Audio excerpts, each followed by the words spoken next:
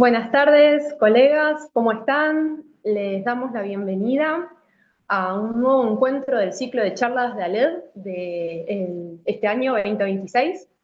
Hoy nos encontramos acá para presentar el libro Discurso, Emoción y Argumentación, Mapas Discursivos del Afecto en la Sociedad Contemporánea, editado por Victoria Pérez, Patrick Charodó, Nino Rosanía Massa y Karen Cárdenas Almanza. Para ello tenemos el gusto de presentar al querido colega, el doctor Sebastián Sayago, profesor de la Universidad Nacional de la Patagonia San Juan Bosco e investigador del Consejo Nacional de Investigaciones Científicas y Técnicas de Argentina, quien nos va a estar hablando de esta obra. Los dejo con Sebastián. Bueno, buenas tardes, queridos colegas. Gracias, Rocío, por la presentación. Bueno, para mí es un gran placer estar aquí, en primer lugar, porque me pone muy orgulloso haber participado de este libro como uno de los autores. Y en segundo lugar, porque tuve la posibilidad de releer el libro. Esto es algo que también es significativo, ¿no? Cuando hay un libro que compila trabajos de diferentes autores, muchas veces nosotras, no lo leemos de punta a punta, sino que hacemos más bien una lectura selectiva. Vamos a buscar un capítulo o dos que tienen que ver con lo que estamos haciendo, lo que estamos investigando, con nuestros intereses. Así que bueno, me tomé el trabajo de releer el libro de manera completa y la verdad que pude reconocer diálogos, eh, intercambios, como si estuviésemos compartiendo una mesa. Entonces, si ustedes están viendo lo mismo que estoy viendo yo, esta es la portada de las diapositivas, ¿sí? Ahí está la portada del libro también, que es realmente muy linda.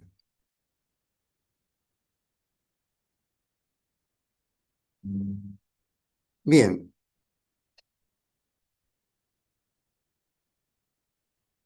les pido un poco de paciencia y cierta demora entre que paso las diapositivas y se muestra en la pantalla. Como bien decía Rocío, los editores de esta obra colectiva son Victoria Pérez, Patricia Rodó, Nino Ángelo Rosanía Massa, Karen Mileides Cárdenas Almanza. La editorial es la Benemérita Universidad Autónoma de Puebla, y este libro, de 326 páginas, reúne trabajos seleccionados del Congreso Internacional Emociones, Discurso y Argumentación, celebrado en el Instituto de Ciencias Sociales y Humanidades de la Benemérita Universidad Autónoma de Puebla, de México, en mayo de 2022, bajo la organización de los profesores Victoria Pérez, Nino Rosanía Massa y Karen Cárdenas Almanza.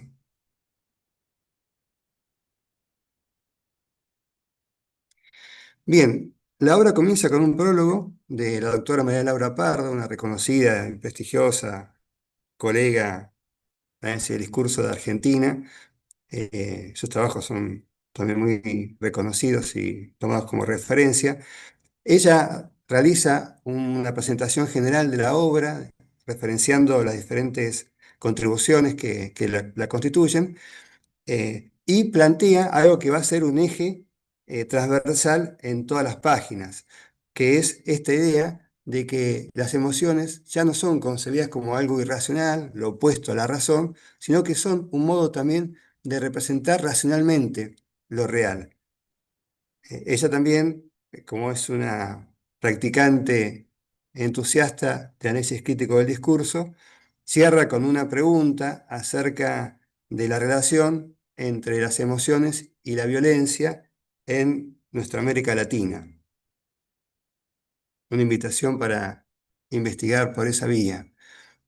Luego hay un estudio introductorio de Patrick Charodó, que es una referencia bibliográfica que atraviesa el libro. El doctor Charodó es tomado como un eje para conceptualizar la relación entre las emociones y el discurso, entre las emociones y las representaciones sociales.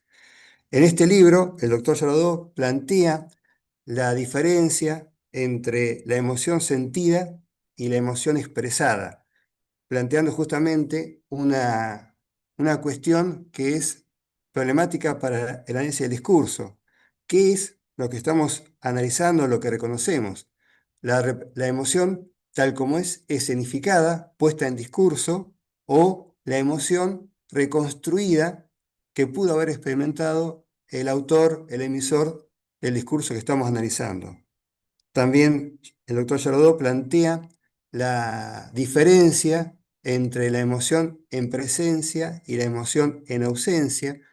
La emoción en presencia, sostiene él, es la que se experimenta ante un estímulo directo, una situación que la provoca, que la excita, y la emoción en ausencia es una emoción evocada simbólicamente que remite a un hecho diferido, que está lejano en el tiempo o en el espacio, pero que aún así puede ser muy efectiva para mantener ciertas identidades colectivas, por ejemplo. Finalmente, habla acerca de una emoción particular, el miedo, que ya ha trabajado en otros artículos. Y esta emoción particular es interesante porque es en parte subjetiva. El miedo claramente es una emoción que toma nuestro cuerpo, que nos predispone a actuar de cierta manera, que puede ser hasta inmanejable en muchos casos, pero al mismo tiempo es una emoción cultural, una emoción aprendida. Entonces, aprovecha una experiencia con una araña en América para plantear esta cuestión. Bien, esta es la primera parte del libro, el prólogo y el estudio introductorio del doctor Patricia Rodó. Luego, el libro se estructura en tres partes. Los capítulos están organizados en tres partes. La primera se denomina Fundamentos teóricos y metodológicos, claves conceptuales para mapear el afecto en el discurso. Los capítulos que componen esta parte son tres y se destacan por la densidad teórica que presentan. La segunda parte se titula Emociones en el discurso político y social, representaciones emocionales en narrativas de poder, ideología y conflicto, e incluye 6 capítulos.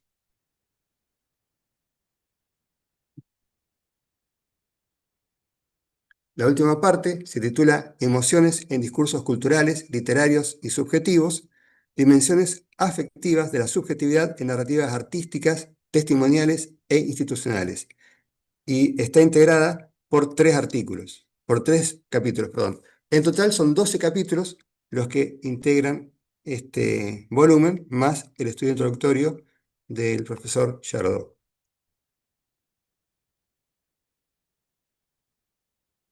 La primera parte está integrada por el capítulo titulado Las emociones en el discurso argumentativo, perspectivas para su estudio, de la doctora Silvia Gutiérrez Vidrio. El segundo capítulo es The Discourse of Emotion, de Laura Alba Juez y Lachlan Mackenzie. Y el tercer capítulo, Analizar emociones, una lenguaje no escrita, breves consideraciones discursivas, de Ida Lucía Machado. Voy a hacer un brevísimo resumen muy ligero de cada capítulo. Sin duda que es una lectura sesgada e injusta, pero bueno, apunta a que ustedes, por un lado, sepan en líneas generales de qué trata cada contribución y a motivar el entusiasmo, el interés por la lectura. Bueno, el primer capítulo, titulado Las emociones en el discurso argumentativo, perspectivas para su estudio, es un escrito que tiene como objetivo presentar un modelo de análisis de las emociones en el discurso argumentativo. Está dividido en 5 partes. En la primera, caracteriza las emociones, subrayando su abordaje discursivo. En la segunda, traza un panorama de los estudios discursivos de las emociones. En la tercera, presenta un modelo analítico para explicar la construcción argumentativa de las emociones. Aquí uno puede ver el núcleo del trabajo, es el punto hacia el que orienta desde el comienzo. Este modelo analítico retoma también conceptos de Plantin, y propone un modelo que se esquematiza en estas páginas que sirven de orientación para poder reconocer cómo la emoción contribuye al desarrollo de la argumentación. En la cuarta parte, comparte una reflexión sobre una vía relevante para el estudio de las emociones, la argumentación en los entornos digitales. Finaliza con conclusiones generales y sugerencias para futuros estudios.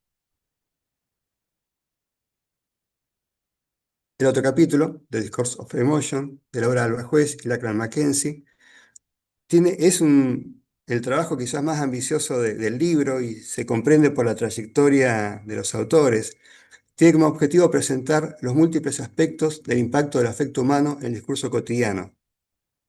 El trabajo retoma ideas procedentes de la lingüística, la neurología, la psicología, la sociología, la filosofía y otros campos. Realiza una caracterización multidimensional del fenómeno a partir del tratamiento de 7 facetas: la emoción implícita frente a la emoción evocada, la emoción como fenómeno pragmático, emoción y descortesía, emoción, manipulación y desinformación, las emociones en el lugar del trabajo, emoción y cultura, abordaje sociopragmático de la emoción. En cada una de estas secciones realizan un panorama del estado del área e incluyen algunos ejemplos. Concluye con un balance del estado del área.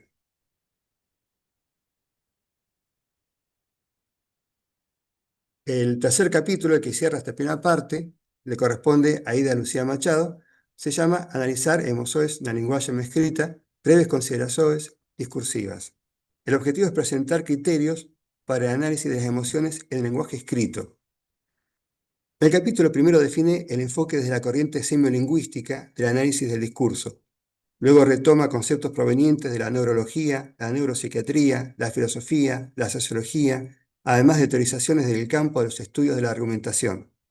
Una vez establecido el marco teórico, analiza Gente Humilde, poema de Vinicius de Moraes y Chico Buarque, es una letra de una canción, con el fin de reconocer la emoción como un recurso del narrador para captar al otro. En las conclusiones, resalta la complementariedad de sentimiento y raciocinio lógico.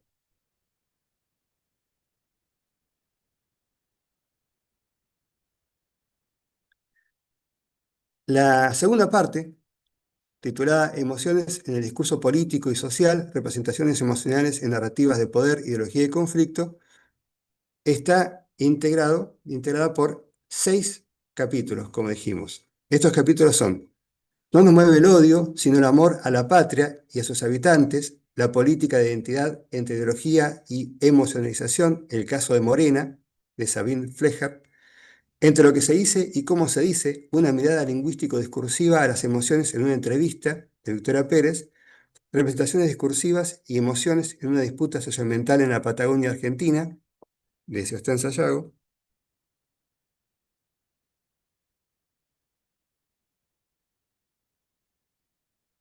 Primero sueño, Tesoro, Juana Inés de la Cruz, una lectura psicanalítica de arte como expresado de censura e do desejo reprimido, de Adriana do Carmo Figueiredo. Macroestructuras semánticas y emociones en segmentos discursivos, aproximación al significado lingüístico de la violencia e inseguridad en Colima, mayo de 2022, de Alan Emanuel Pérez Barajas. Y el último trabajo, el sexto, el que cierra la parte 2, el discurso testimonial a la luz del lenguaje de las emociones, miedo y temor en el conflicto armado en Colombia, escrito por Karen Cárdenas Almanza, Nino Rosanía Massa y Elia Elena Soto Alba.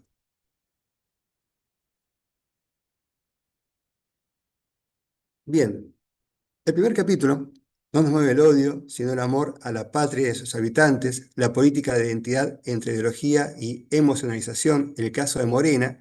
Es un trabajo de Sabine Flecher, cuyo objetivo es presentar un análisis del uso de las emociones en el discurso de Morena. El capítulo comienza con una caracterización del fenómeno de la emocionalización en el discurso político de la modernidad tardía, y especialmente en los movimientos denominados de nueva izquierda. Luego define a Morena como un ejemplo de populismo y como ejemplo de su discurso analiza la declaración de principios del partido. Demuestra que este, como todo discurso, puede ser tomado como un espacio comunicativo, relacional e identitario. El resultado del análisis le permite afirmar que el documento exhibe rasgos discursivos, lingüísticos, focales, pseudo-religiosos e ideologizados. La tesis de la autora es que el discurso político de izquierda ha experimentado un giro cultural en el último tiempo, ha reforzado eh, el uso de identidades políticas, la construcción de identidades simplificadas y ha perdido un poco el sentido crítico en la descripción del capitalismo o la modernidad tardía. Y es el caso también de Morena. Entre lo que se dice y cómo se dice, una mirada lingüístico-discursiva a las emociones en una entrevista. La autora es la doctora Victoria Pérez, y su objetivo es presentar un modelo de análisis de la emoción en el habla cotidiana. El escrito asume una perspectiva que articula conceptos de la psicología discursiva y de la teoría del posicionamiento discursivo. Analiza una entrevista socioverbal abierta que desarrolla una historia de vida y presenta un modelo analítico que relaciona mecanismos lingüísticos, paralingüísticos, morfológicos, estructurales, léxicos, sintácticos, cinésicos, con indicadores de expresividad, elongación, énfasis, habla rápida, diminutivos, etc. Estos están finalmente expuestos en una tabla que ella construye a partir de una metodología que sigue la teoría fundamentada. Los resultados demuestran que las emociones no son simplemente estados internos que se expresan, sino construcciones discursivas retóricas que cumplen funciones sociales, morales e identitarias. Bueno, el capítulo que escribí yo, representaciones discursivas, emociones en una disputa socioambiental en la Patagonia Argentina. El objetivo es presentar un modelo de análisis de disputas socioambientales. El trabajo aborda el caso de una disputa socioambiental en Chubut, una provincia del sur argentino, cuyo desenlace en diciembre de 2021 culminó con una pueblada que obligó al gobierno local a derogar de urgencia una ley que habilitaba el inicio de la minería metalífera a cielo abierto a gran escala. El estudio, que toma como corpus dos posteos de Facebook de una organización socioambiental, resalta la importancia de una emoción social, la indignación, como motivación para la acción política. Propone como principales herramientas analíticas los conceptos de representación discursiva y de red discursiva. Bien, al final me voy a explayar un poquito en este trabajo, le voy a robar unos minutos que es el que más conozco y sobre el que más me animo a opinar en todo caso.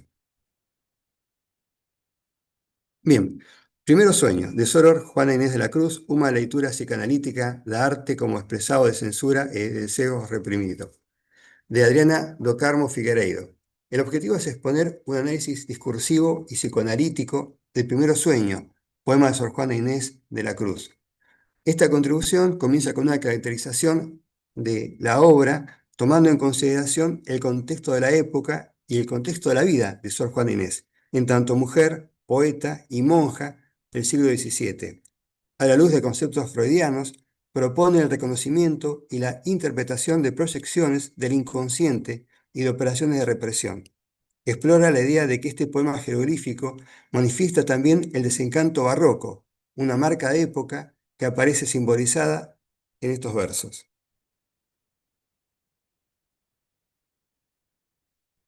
Macroestructuras semánticas y emociones en segmentos discursivos. Aproximación al significado lingüístico de la violencia e inseguridad en Colima, mayo de 2022, de Alan Emanuel Pérez Barajas.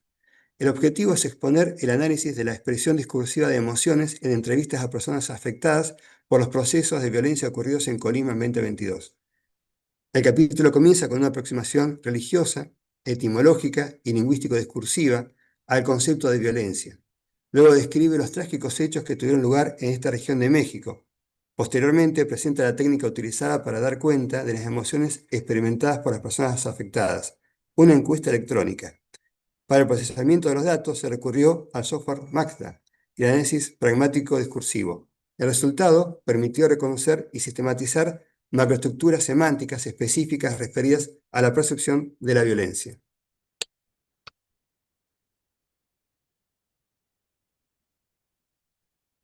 Bien, el último trabajo de esta segunda parte, el discurso testimonial a la luz del lenguaje de las emociones, miedo y temor en el conflicto armado en Colombia.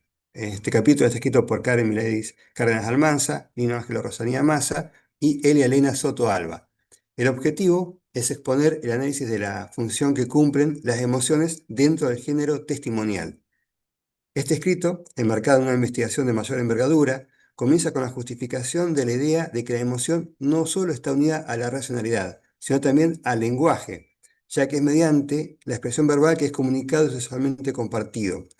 Luego presenta el análisis realizado sobre un corpus particularmente complejo. 19 testimonios publicados de mujeres víctimas de reclutamiento forzado, violencia sexual y basado en género por parte de las FARC, Fuerzas Armadas Revolucionarias de Colombia, y EP, Ejército del Pueblo.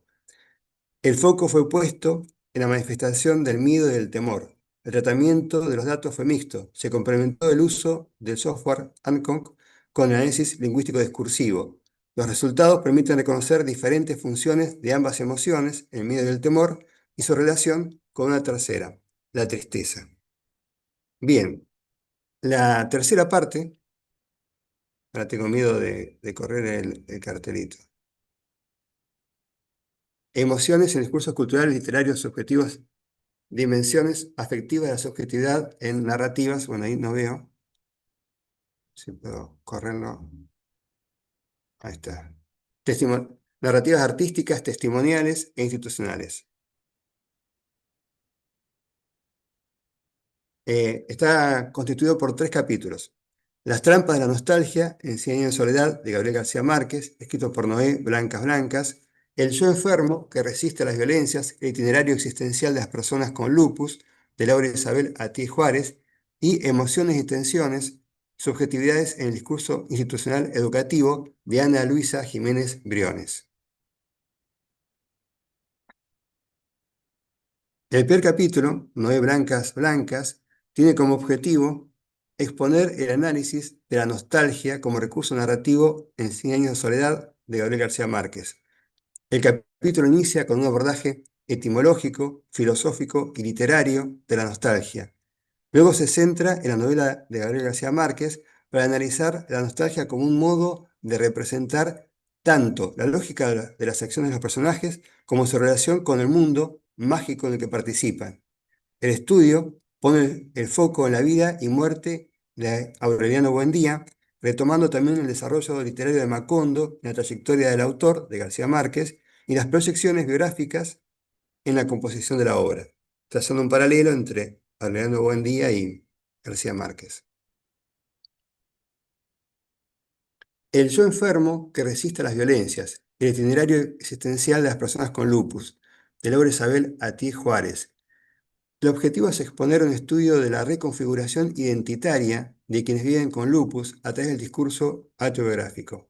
El trabajo retoma análisis hechos en una investigación mayor, eh, con un desarrollo comenzado bastante antes del momento de presentación del trabajo y se nota. El trabajo asume una postura crítica acerca de la relación convencional entre médico y paciente, resaltando la complejidad de la elaboración identitaria de este último. Lo que plantea la autora es que muchas veces el médico ve al paciente solamente como un ser portador de órganos afectados y no como una persona cuya subjetividad está siendo dramáticamente alterada al enterarse de que tiene una enfermedad que es autoinmune, con todo lo que eso implica. Comparte el análisis de los recursos discursivos utilizados para representar la relación entre enfermedad y sujeto, a partir de 352 testimonios y 22 entrevistas en profundidad. Estos testimonios y las entrevistas están hechas en diferentes partes del mundo. Presenta los resultados obtenidos mediante los recursos de la teoría fundamentada, el reconocimiento de una itinerancia desde un punto de incertidumbre hasta la etapa de diagnóstico y tratamiento, metáforas, en especial el lobo y la mariposa. El lobo es la enfermedad, la mariposa es la transformación del ser a partir de esa enfermedad. Figuras, la guerrera es la figura que se alcanza cuando el paciente intenta sobreponerse y mira con una actitud positiva el cuadro clínico y su futuro. También presenta la elaboración de un diccionario del lenguaje lúpico con el fin de contribuir al mejoramiento de la comprensión de la subjetividad de quien padece esta enfermedad.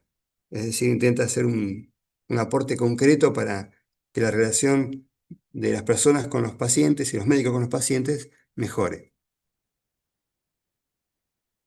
Finalmente, el tercer capítulo de esta parte, el capítulo número 12, emociones y tensiones, subjetividades en el discurso institucional educativo, escrito por Ana Luisa Jiménez Briones. El objetivo es exponer un estudio de estrategias discursivas de evaluación en discursos autobiográficos escritos en el ámbito educativo. El trabajo explora aspectos críticos de la socialización en el espacio educativo formal. Para ello centra la atención en la narración de experiencias personales que manifiestan dificultades para la exposición pública, para sentir confianza y para construir un conocimiento de manera colaborativa. El eje está puesto en la manifestación individual de las inseguridades, de las experiencias traumáticas que han vivido estas estudiantes a lo largo de su trayectoria educativa y que dificultan su participación en el aula. Presenta los resultados del análisis de 12 narraciones escritas por mujeres de una licenciatura profesionalizante. El marco teórico está estructurado con los aportes de la voz para el estudio de la narración y con los aportes de la teoría de la valoración.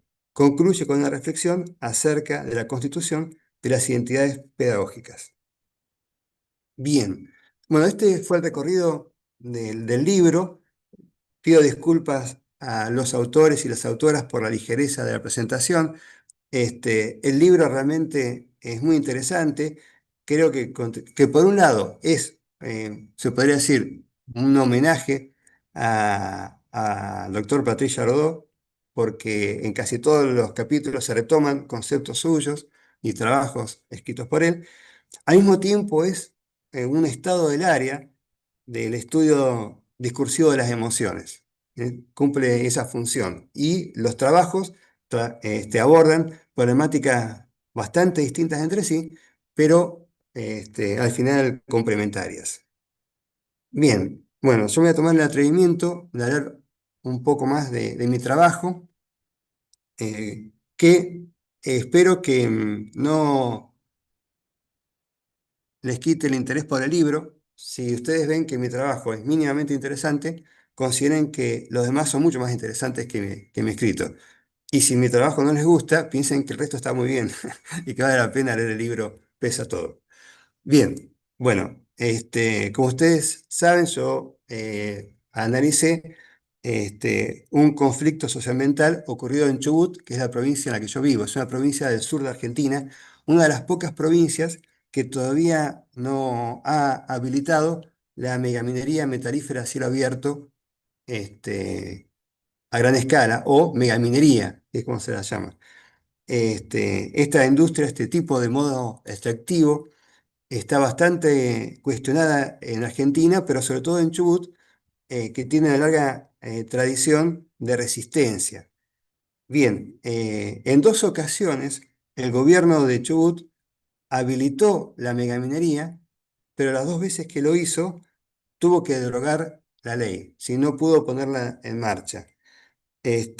Bueno, hay mucho para decir acerca de este problema, pero en términos generales uno puede decir, sin ser demasiado subjetivo, ¿sí?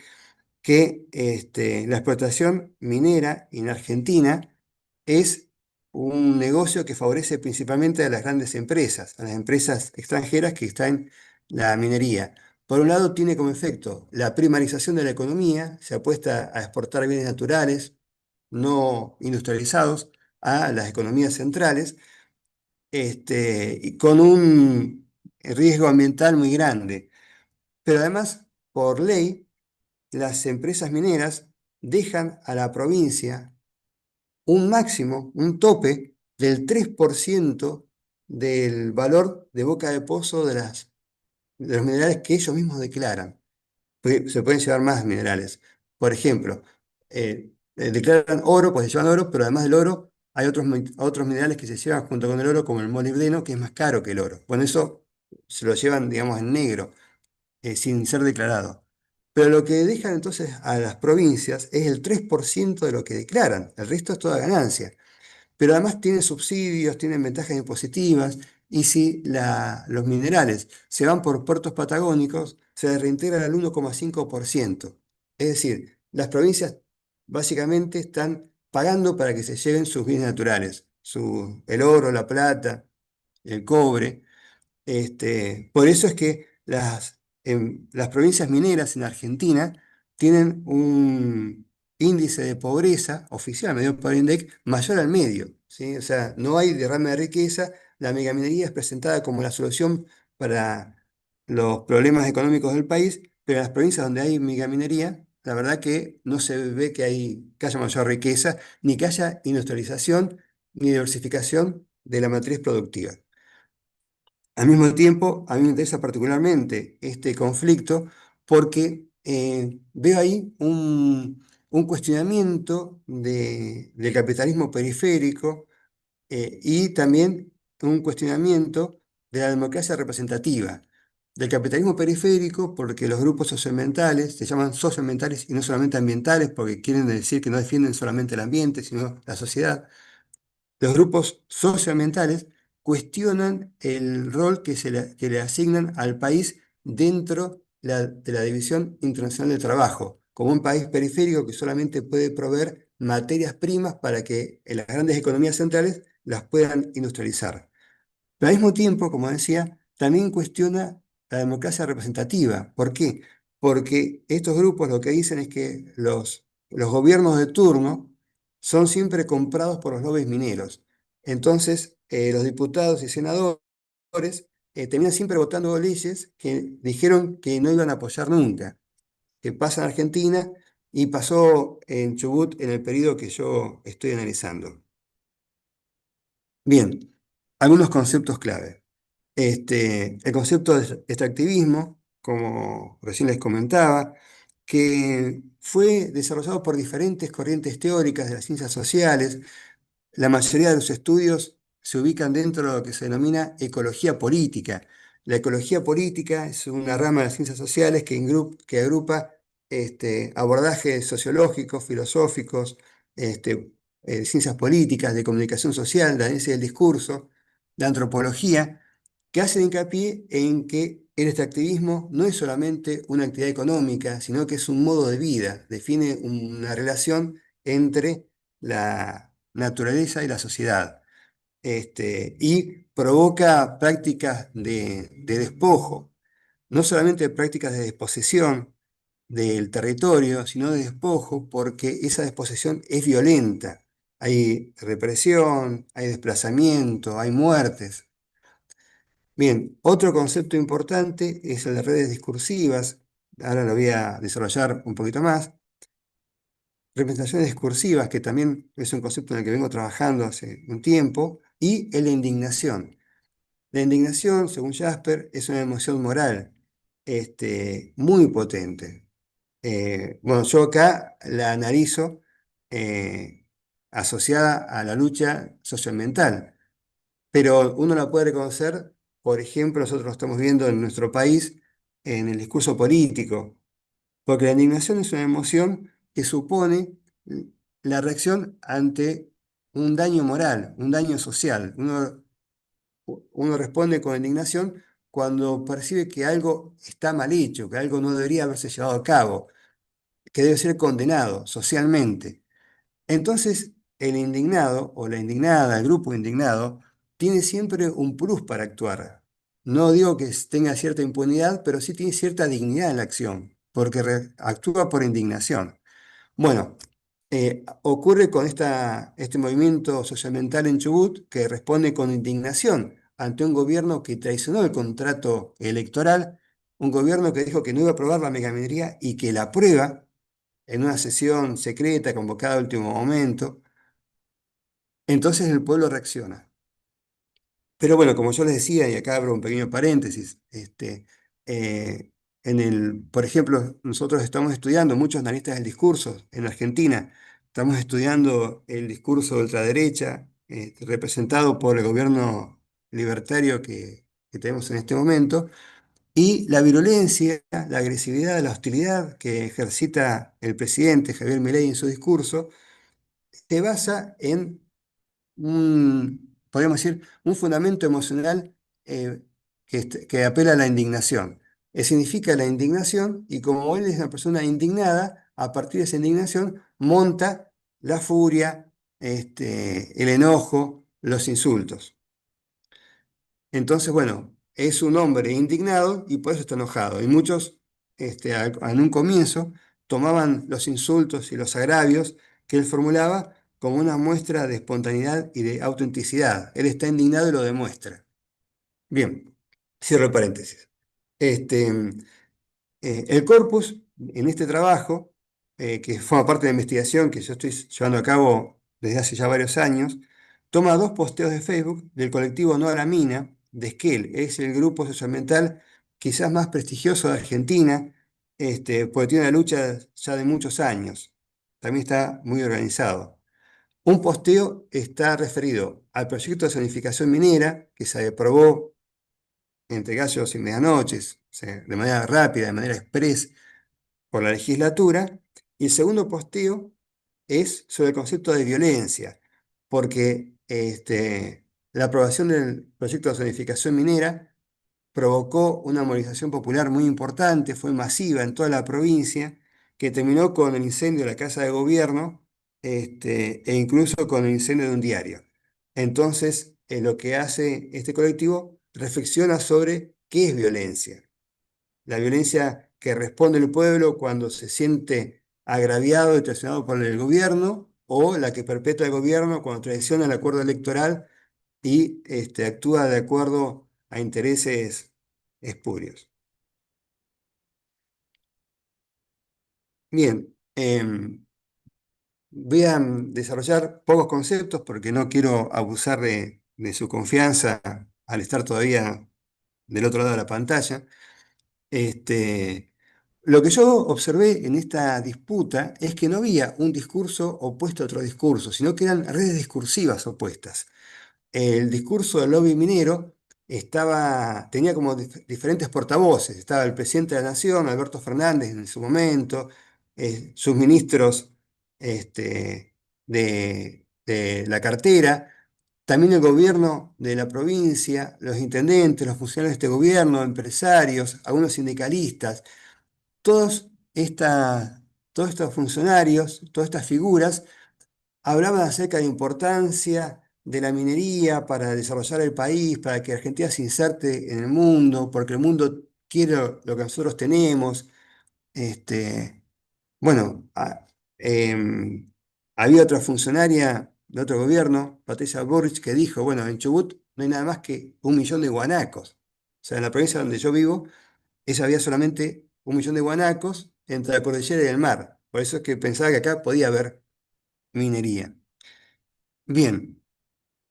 Y del otro lado también teníamos una red sociodiscursiva, una red discursiva socioambiental, mucho menos coordinada que la red del lobby minero, que es una red que refutaba, que tenía que contraargumentar todo el tiempo la iniciativa discursiva que tomaba la otra red. Bien, acá hay 4 rasgos que están desarrollados en el capítulo, ¿sí? Una red discursiva se puede reconocer por la orientación ideológica de los discursos que la componen. Claramente acá hay uno a favor de la minería, otro en contra de la minería. Las condiciones contextuales, no tanto el espacio, sino sobre todo el tiempo, ¿sí? Yo esto lo explico en el tema de la agenda. Hay un momento en el que el lobby minero intenta instalar en los medios de comunicación, en la agenda pública, la necesidad de habilitar la minería, y hay momentos en que el lobby minero saca ese tema de agenda, generalmente en épocas de elecciones. En épocas de elecciones nadie habla de minería. Pasan las elecciones y vuelve el tema de minería otra vez a estar en la agenda de los medios. Por supuesto, motivado por el lobby minero que piensa que es el momento para hablar de minería. Bien, relaciones dialógicas, cada red retoma a la otra red para desestimarla, para legitimar, para deslegitimarla. Acá ocurre lo que yo les decía, la red discursiva socioambiental tiene un carácter refutativo. La iniciativa discursiva, retomando un concepto de Reiter, un investigador conocido en Argentina principalmente, y que Rocío y yo respetamos muchísimo y retomamos muchísimo también. Claro, el lobby minero tiene la iniciativa discursiva. Dice, bueno, hay que habilitar la minería ahora. y obliga a la red socioambiental a refutar esa iniciativa, a deslegitimarla, a, de algún modo, tratar de combatirla argumentativamente. Por eso es que el discurso socioambiental es argumentativamente más trabajado que el discurso del lobby minero. El discurso del lobby minero cae en eslogans, en frases hechas, es puramente afirmativo. El otro discurso tiene que ser refutativo, necesariamente, porque además es un tipo de discurso que no es tomado por los medios. Los medios de comunicación son actores que juegan a favor del lobby minero. Y finalmente, hay también diferencias de enfoque temático. En algunos temas, este, mejor dicho, los mismos temas son abordados desde perspectivas distintas. Por ejemplo, se habla acerca del trabajo, cuando se habla de megaminería, es un tema asociado, o del desarrollo. Pero el trabajo, visto desde el punto de vista socioambiental, es un trabajo precario, fugaz, no calificado. Y el trabajo, desde el punto de vista del lobby minero, es una actividad dignificante que apunta al desarrollo. El desarrollo para el lobby minero está asociado a la industria del comercio que rodea la mina. Para el discurso socioambiental, ese desarrollo es un mal desarrollo, como lo califican Svampa y Viale, autores de la ecología política. Bien, bueno, básicamente el concepto es este. En muchas disputas no reconocemos un discurso u otro, sino redes discursivas. Y la red se organiza de un modo más o menos jerárquico y coordinado.